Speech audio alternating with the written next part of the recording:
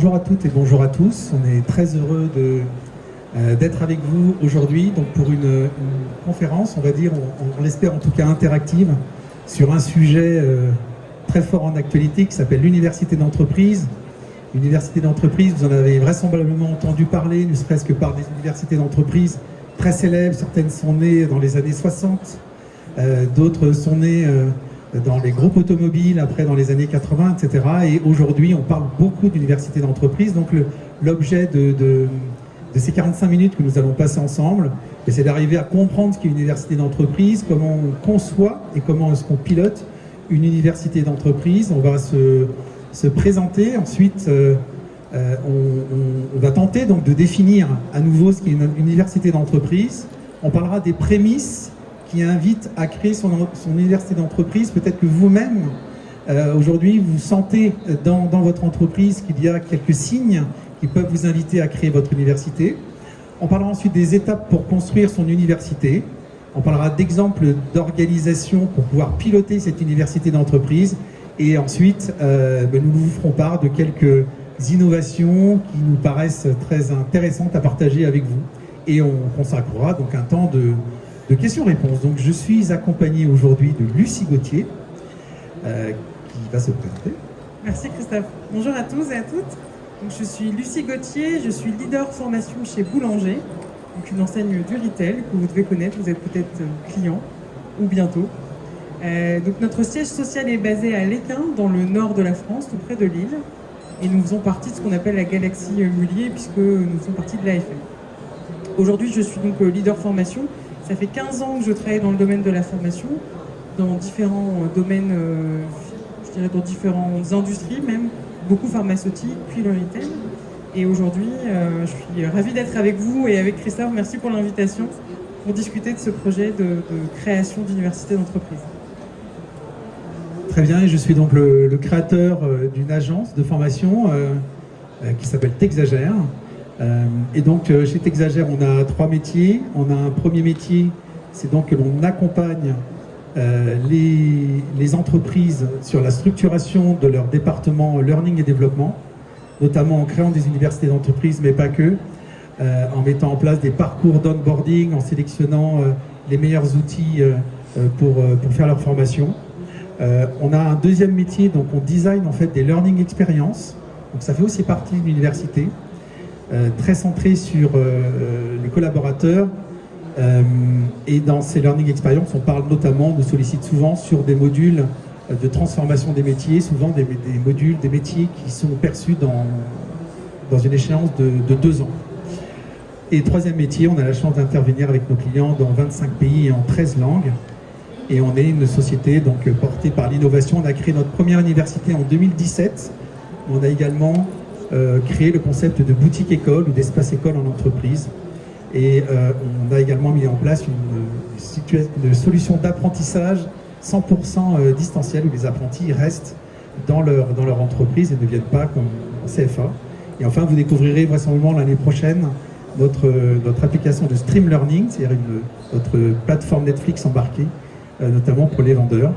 Et voilà, on est une équipe de passionnés, présents partout dans le monde, avec une communauté donc, de 45 consultants qui nous aident d'ailleurs dans les projets d'université à travailler la localisation, qui est un vrai pari d'avoir une université qui puisse s'exprimer dans toutes les régions du monde. Christophe, si je peux compléter aussi pour vous donner un peu le cadre de notre partenariat avec Texagère.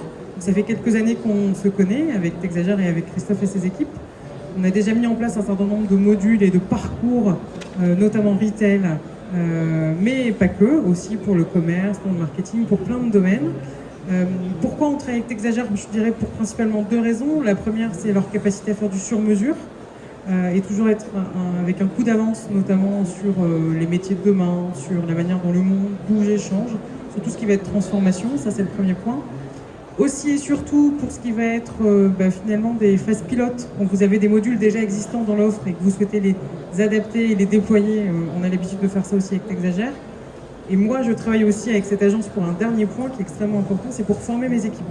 Parce qu'aujourd'hui, moi, j'ai une équipe de 15 personnes qui sont des concepteurs de formation, des chefs de projet, les responsables formation, et on allie toujours en fait nos dispositifs avec la montée en compétences de l'équipe. Et ça aussi, c'est un élément qui est extrêmement important. Et vous allez le voir dans finalement la création de cette université d'entreprise.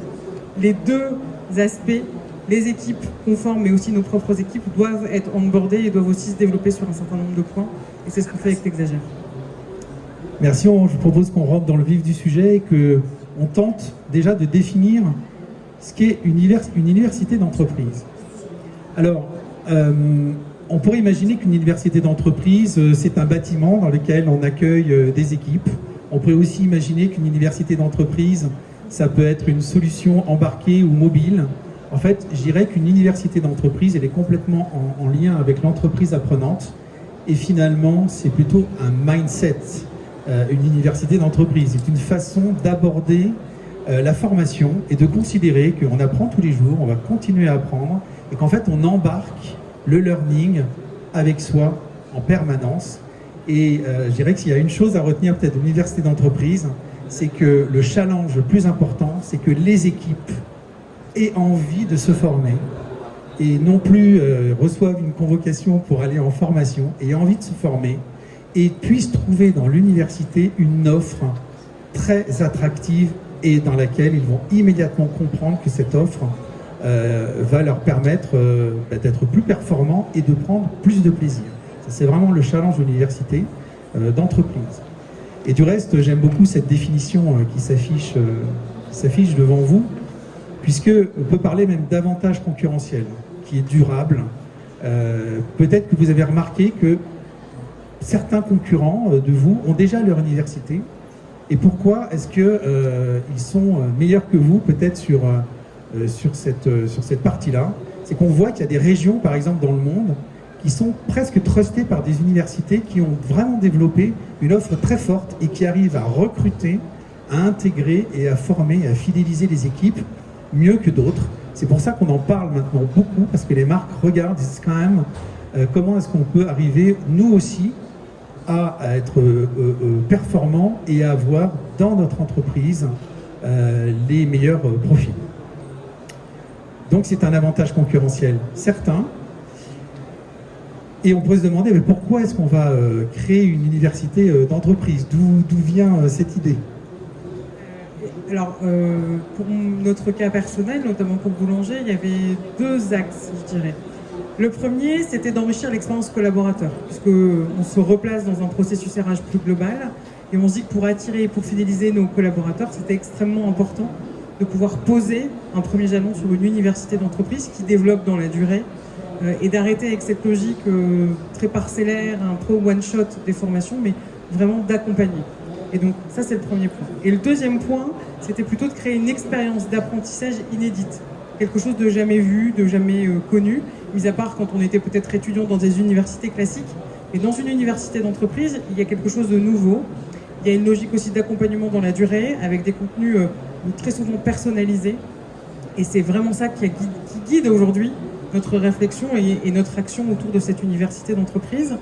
Et pour terminer, pour moi plus personnellement, l'université d'entreprise, elle doit accompagner les collaborateurs dans une logique d'apprentissage tout au long de sa vie. Et donc cette logique d'apprendre à apprendre, c'est vraiment l'ADN et ce qu'on souhaite transmettre au travers de l'université et de ses contenus. Si on prend la définition d'une université d'entreprise, donc on parle bien d'une structure, je parlais aussi d'un mindset, une structure donc de développement des compétences intégrées qui permet en fait de mieux recruter, de mieux intégrer, de mieux former ou développer les compétences d'une équipe finalement d'une même entreprise. Alors on parle d'une équipe, mais il y a des universités aujourd'hui qui vont bien au-delà de l'équipe, qui forment également des étudiants, qui ont des partenariats avec des écoles pour intégrer finalement la formation continue presque dans la formation initiale, voire certains clients. On a monté une entreprise un jour dans l'univers de la haute joaillerie et on avait terminé donc la structuration de notre catalogue de formation. Et puis il y avait une formation, un module sur les pierres. Et en CE, j'avais la chance d'être invité en CE, et en CE, quelqu'un me dit, mais moi je suis comptable, tous les jours je tape des factures avec les pierres et j'y connais rien, et ça fait juste 10 ans que je fais ça, est-ce que moi aussi je peux venir assister au module de formation?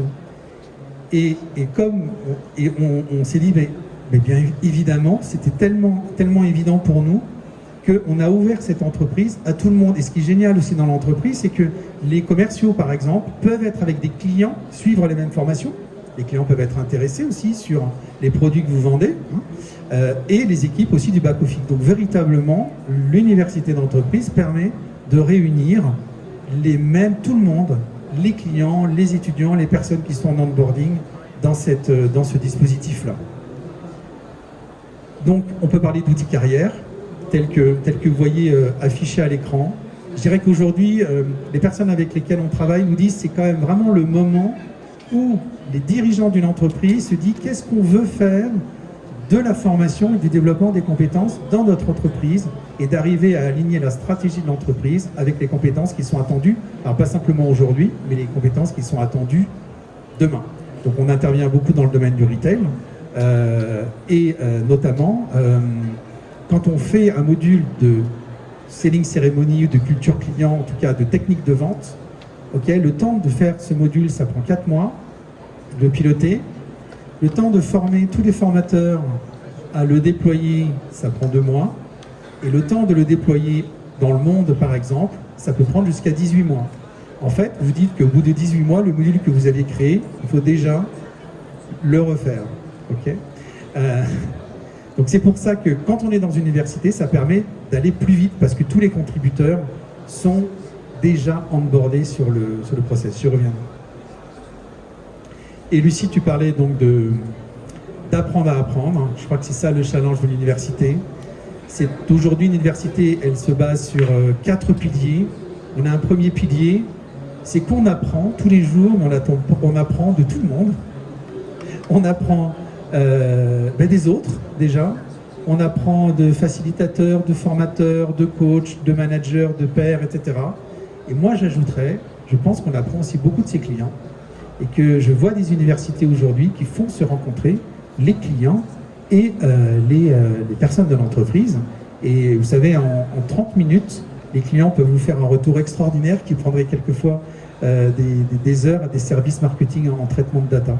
Deuxièmement, c'est d'être accompagné. L'université, elle est là du début jusqu'à votre évolution à l'intérieur de l'entreprise.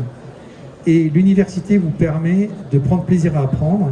Et plus les dispositifs d'apprentissage seront variés, plus les personnes qui apprennent vont prendre du plaisir. Alors le salon ici en est un bon exemple. Vous voyez qu'il y a des dispositifs d'apprentissage extrêmement variés et que si on peut avoir la possibilité d'en avoir beaucoup, eh bien les personnes qui apprennent vont se régaler et vont apprendre beaucoup plus vite. Et enfin l'université, c'est être unique, considérer que lorsqu'on a soi-même accès à l'université, elle est vraiment faite aussi pour vous. On voit des universités aujourd'hui où je peux me connecter. Tout de suite, on me dit « Bonjour Christophe, bienvenue. Voilà l'offre Learning qui est à votre disposition. Parmi les 30 modules qui vous seraient destinés, voilà le top 5 des 5 modules qu'on vous recommande de suivre. Ce n'est pas obligatoire, mais on vous le recommande. Et surtout, ils sont animés par telle personne, qui souvent font partie de l'entreprise et qui ont été notés par 850 personnes comme étant leur module préféré.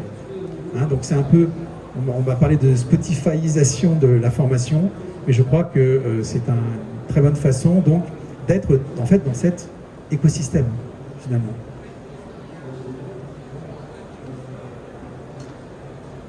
Là vous m'entendez? Super.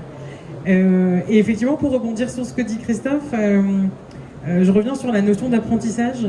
Aujourd'hui, la notion du co au sens coopération, collaborative, co-construction est au cœur finalement des réflexions. Ne plus imaginer les universités d'entreprise comme des sachants avec des formateurs et des apprenants, mais cette logique de transmission, cette logique de co-construction, elle est essentielle et c'est ce que doit permettre cette université demain. Puis il y a un autre point dont tu parlais sur la variété des formats. On apprend tous de manière très différente et cette variété, elle permet de créer la surprise à chaque fois.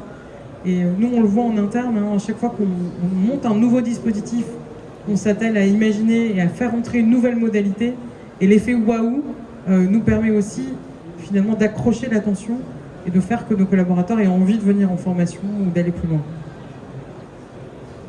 Donc je propose de regarder comment est-ce qu'on monte son université.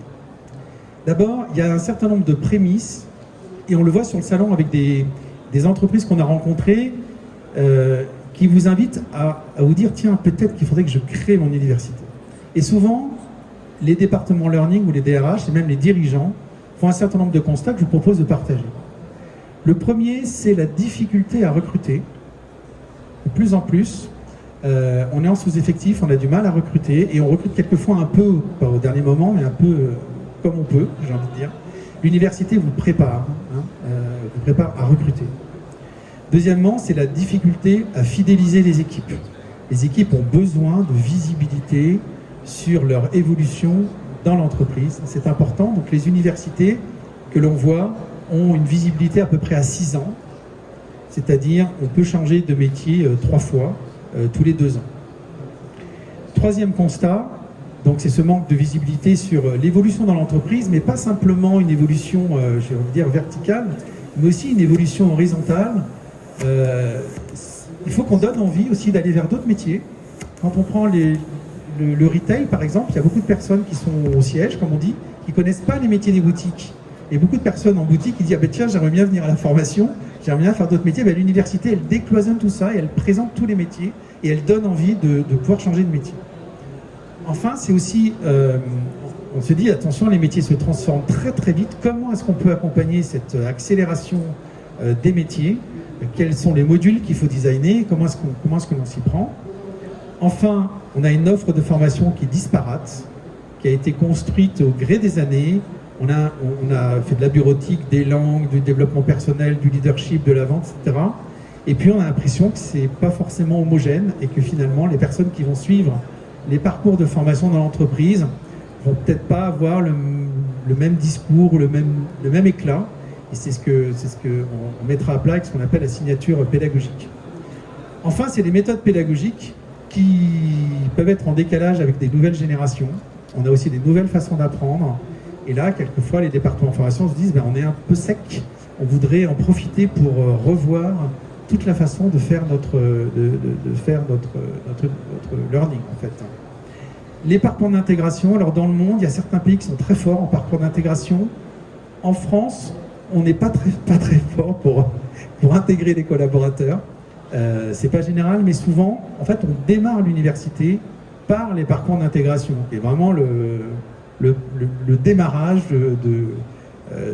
des premiers pas, exactement. Enfin, donc la faible mobilité interne, notamment en France. En France, la faible mobilité interne, elle est compliquée. Alors que si on arrive à la promouvoir, on peut vraiment gagner. Et enfin, un réseau de formateurs internes qui est peu formé aux soft skills. On a des formateurs très bons en formation produit, en formation process, etc. Mais dès qu'il s'agit de soft skills, c'est plus compliqué de former des équipes sur des soft skills. D'ailleurs, il y a un ouvrage qui a renommé ces soft skills, qui les appelle désormais les power skills. J'aime beaucoup cette définition, en tout cas. Finalement, comment est-ce qu'on forme nos formateurs à former les autres sur des techniques de vente, sur de la relation client, sur du leadership, etc. Et dernier point, c'est aussi, comme tu le disais, Lucie, c'est un département formation qui est aussi lui-même à la recherche, finalement, de la meilleure organisation possible. Donc si, parmi ces 10 constats, je vous ai vu certaines faire oui, s'il y a certains constats que vous partagez dans votre entreprise, peut-être que c'est le moment de se dire, tiens, voilà, pourquoi pas penser à créer mon université. Alors comment faire? D'abord, c'est un dispositif extrêmement puissant, une université, et le département formation, qui au départ était... Enfin, moi j'ai vécu beaucoup de départements de formation, qui était un service parmi tant d'autres, avec peu de personnes pour finalement former.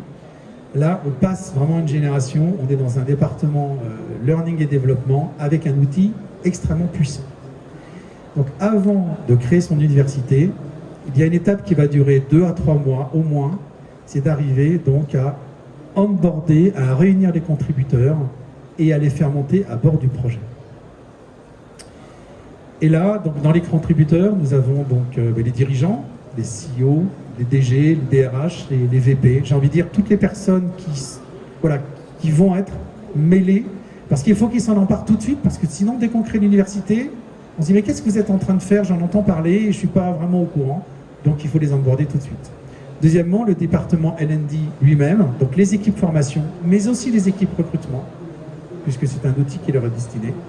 Et enfin, les externes, qu'il s'agisse des outils technologiques que vous pouvez utiliser ou des cabinets de formation avec lesquels vous avez l'habitude de travailler. Troisième point sont les régions.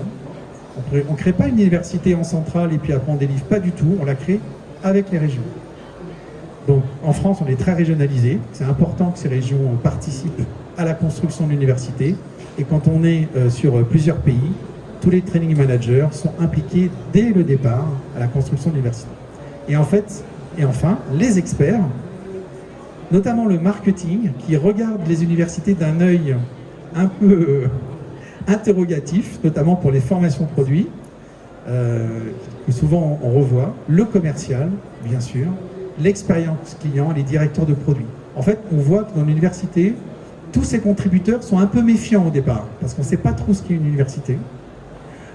Et puis, si on peut vraiment passer du temps à expliquer quel est ce dispositif, pour ensuite les avoir à bord avec vous, parce qu'une fois qu'ils sont à bord avec vous, alors là, c'est gagné et leur contribution est vraiment formidable.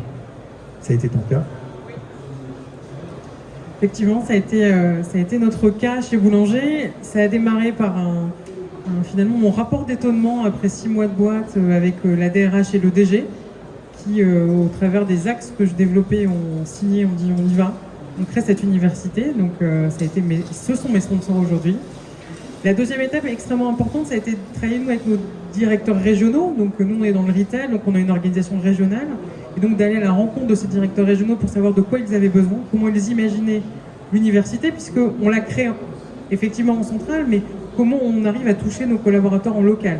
L'université, c'est pas qu'un lieu, c'est ça aussi qu'il faut avoir en tête, hein, c'est tout ce qui tourne autour donc, du digital, de la manière dont on va toucher les personnes.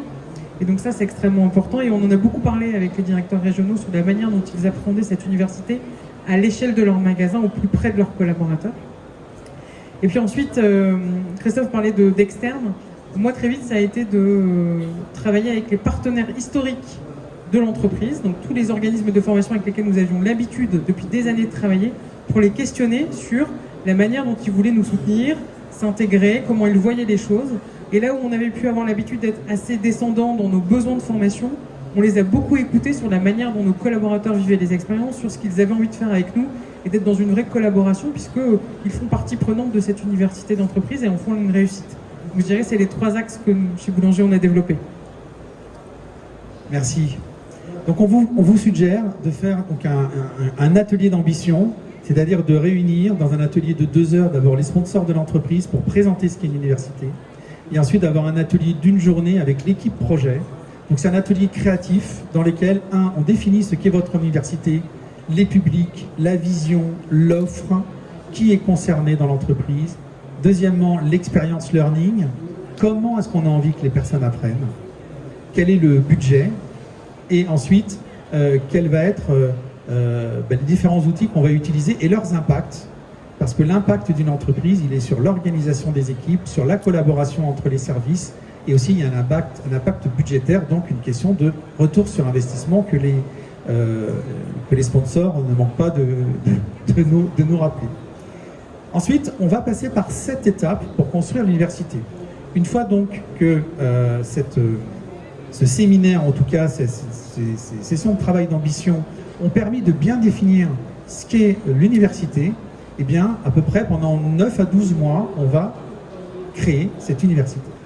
La première, c'est qu'on va récolter donc les supports existants. C'est-à-dire qu'on va partir de tout ce qui existe déjà dans l'entreprise, toutes les formations qui ont été mises en place, les parcours d'intégration, l'e-learning, etc. Et on va l'étudier, et on va aussi mêler un certain nombre de supports RH. Une fois qu'on a récolté ces supports existants, donc on a une vision, j'ai envie de dire, plutôt au siège de l'entreprise, on va aller sur le terrain, et on va analyser en situation de travail les besoins qui sont exprimés par nos futurs utilisateurs.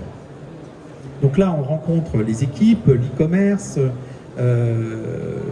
l'offre, la partie gestion, tous les différents concepts qui existent, les fonctions support. Bref, plus on peut rencontrer de personnes, mieux c'est, parce que vraiment chacun va avoir son angle et son éclairage, et ça c'est très important. J'ai souvent l'habitude de dire que la vérité sort de la bouche du terrain, et je crois que quand on construit une université, il faut écouter finalement nos final user.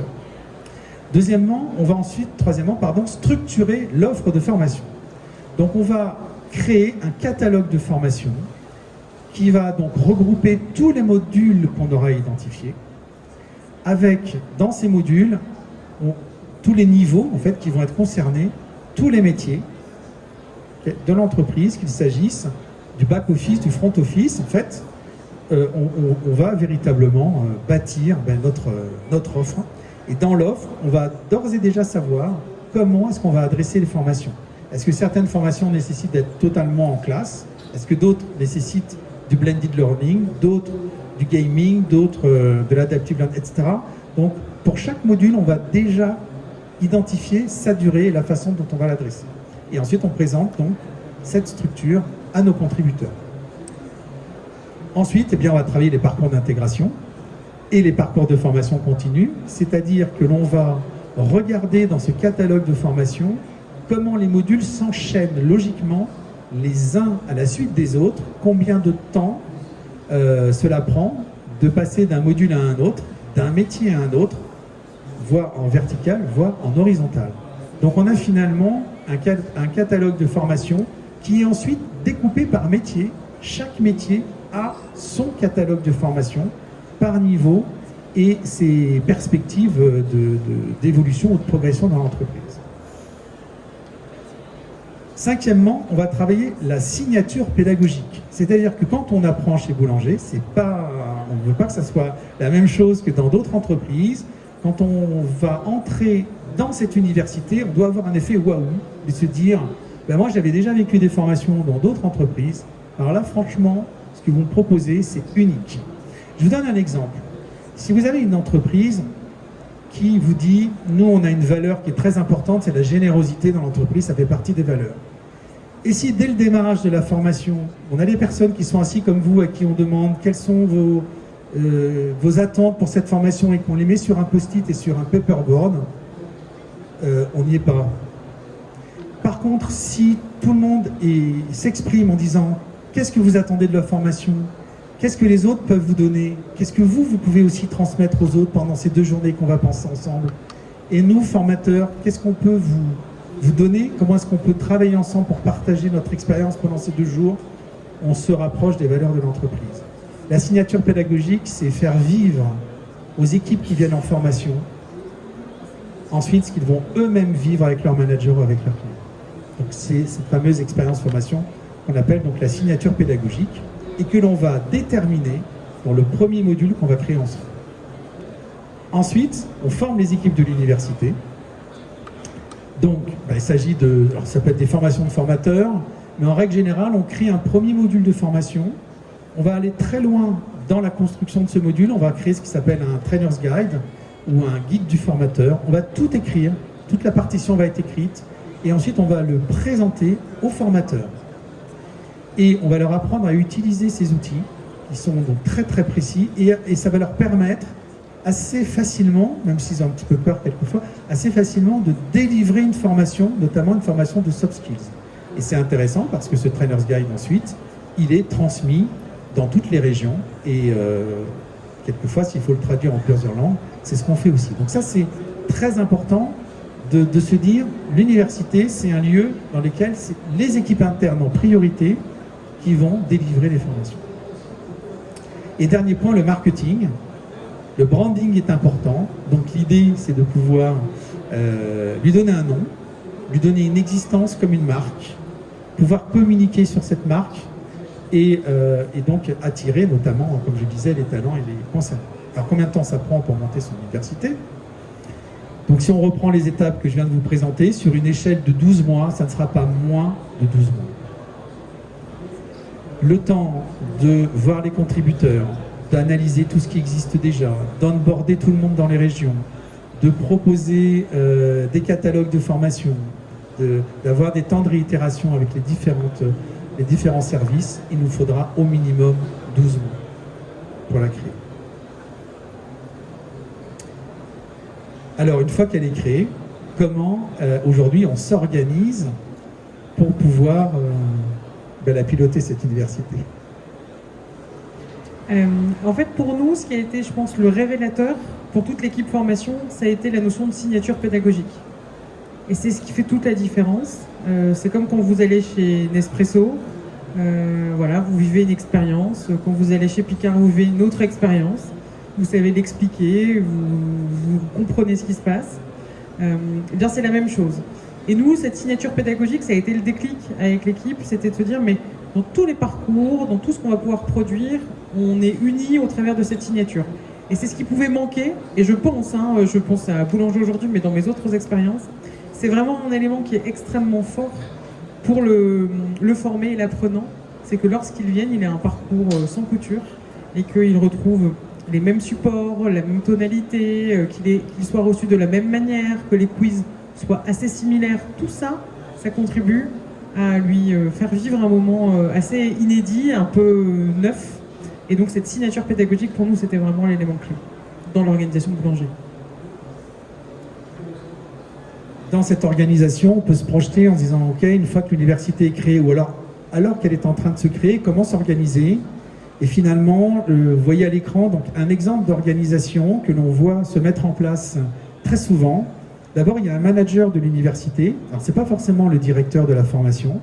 Hein, c'est quelqu'un qui peut aussi être formé. Et ce manager de l'université va travailler avec une communauté qui est organisée en pôle d'expertise ou en chaîne de valeur. Premièrement, une équipe conception et qui doit apprendre finalement à concevoir non pas des modules de formation, mais des learning experiences. Donc, en général, entre 2 et 4 personnes. Ensuite, souvent, on a une personne qui s'occupe du développement. C'est-à-dire que cette personne, au quotidien, elle va rechercher quelles sont les nouvelles solutions de learning, quels sont les nouveaux providers, quels sont les nouveaux fournisseurs, quelles sont les autres universités qui existent. Donc, vraiment, c'est un travail de radar pour arriver à avoir toujours dans l'université, finalement, les meilleures solutions possibles. Deuxièmement, une équipe qualité et monitoring. Une université d'entreprise, ça coûte entre 80 et 200 000 euros en fonction de la complexité de son organisation. Okay. Donc, il faut un retour sur investissement. Ce retour sur investissement, il va être calculé avec des indicateurs RH, des indicateurs commerciaux, des indicateurs également de learning qui doivent être suivis en interne par une équipe de qualité et monitoring. Pour pouvoir calculer un retour sur investissement, je sais que c'est un débat important, l'évaluation de la formation, mais c'est pas si complexe que ça. Quand on regarde les taux de rupture conventionnelle, le nombre de candidats, quand on regarde les visites mystères, pour ceux qui ont des visites mystères, les KPIs commerciaux, enfin, si on s'aligne bien sur les indicateurs dès le départ, on peut bâtir un business model pour cette université d'entreprise et avoir un retour sur investissement qui peut être calculé. D'ailleurs, de toute façon, les présidents le demandent au départ. Et ensuite, un quatrième département, c'est le déploiement. Donc, dans le déploiement, on va avoir donc des training managers qui sont en région, qui vont être donc les relais de l'université, des training managers quelquefois même par zone, donc on peut en avoir entre 10 et 50 pour les entreprises le plus avancées, et aussi des formateurs et des formatrices, soit occasionnels, soit en full-time. Donc ça peut effectivement avoir des équipes qui sont importantes, mais je dirais la question se pose entre un service formation avec 2-3 personnes, quelques apprentis, que l'on peut voir, et une université d'entreprise. Vous allez avoir besoin d'acheter de la compétence, en tout cas vous-même, j'ai envie de dire, de monter en compétence pour pouvoir la piloter. Et dernier point, donc on passe aux questions, c'est quelques innovations que j'avais envie de partager avec vous dans des entreprises que nous construisons actuellement. La première, c'est que toutes les plateformes sont en pick and choose. Fini les modules obligatoires, c'est des modules qui sont à disposition, hautement recommandés. Deuxièmement, c'est des contenus qui sont partagés. En fait, si on réfléchit bien à la formation, on peut se dire que 90% du contenu des formations, il existe dans l'entreprise auprès des utilisateurs. Et finalement, acheter de l'ingénierie en externe revient quelquefois à acheter une méthodologie pour arriver à prendre ce contenu et à l'organiser de façon pédagogique. Troisièmement, c'est peu de modules obligatoires, je viens de le dire. Un data science qui est intégré chez Google dans leur université d'entreprise, ça s'appelle G2G, À chaque fois qu'on tape un mot, on dit j'aimerais connaître une métaverse qui s'appelle, je sais pas, tout de suite vous avez la réponse qui s'affiche dans l'université, et si jamais l'université n'a pas la réponse, automatiquement les services de conception et le radar se mettent à rechercher et à écrire un module. Ensuite, des supports dédiés aux managers pour coacher leurs équipes. Moi, j'ai vu dans des universités qu'on a pu construire des managers qui utilisaient les supports de l'université pour évaluer, pour piloter, pour recruter, pour briefer, pour intégrer des équipes. Et vraiment, ces outils étaient dans leurs mains et devient un outil de management que je trouve particulièrement efficace. Le Google Intern, j'en ai parlé. Les espaces de formation sont créatifs, alors qu'il s'agisse d'espaces de formation physiques. C'est-à-dire que la classroom habituelle avec le paper, comme je le disais, et puis les tables, surtout après le Covid, réenchante pas tout à fait ce qui se passe en présentiel. Donc on doit complètement repenser ce qui se passe entre quatre murs et en dehors. Qu'est-ce qui se passe avant, qu'est-ce qui se passe après. Donc le choix du lieu est fondamental. Et puis l'offre partagée avec les étudiants et les clients. Et enfin, mais ça on pourrait en débattre longtemps, les formations produits, quand on interroge les équipes sur le terrain, c'est la première chose qu'ils nous disent. On reçoit des books, on reçoit des mails, on reçoit des classeurs, on reçoit des notes. C'est hyper compliqué d'arriver à tout maîtriser, c'est pas possible. Et en plus, on n'arrive pas à le restituer aux clients.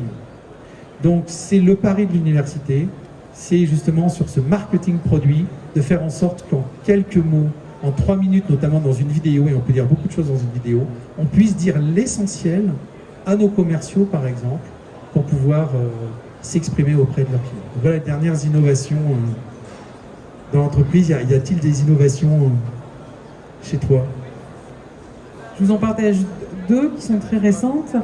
La première, ce sont ce qu'on appelle des camps, un peu ce que vous pouvez trouver aux États-Unis, des bootcamps, mais des camps thématiques qui sont basés sur le volontariat, mais de 2 ordres. Le volontariat en interne, c'est-à-dire qu'on identifie nos pépites et nos talents pour leur demander s'ils souhaitent partager un savoir ou une expérience à d'autres. Et la base du volontariat, donc ce sont les collaborateurs qui librement s'inscrivent sans l'aval du manager, en les rend véritablement acteurs de leur développement. Ça, c'est la première innovation. Et la deuxième, c'est qu'on a intégré à chaque fois, dans chaque type de dispositif, une première étape de connaissance de soi, ou d'évaluation, ou de positionnement. Quand on travaille un thème, qu'il soit le développement personnel ou le commerce, c'est extrêmement important de savoir d'où on part et se fixer un objectif aussi d'apprentissage. Et donc tous ces tests, il y en a énormément qui sont gratuits. Vous pouvez même, nous on en conçoit tous les jours. Ça peut être une évaluation, des questions, ça peut être une route de positionnement.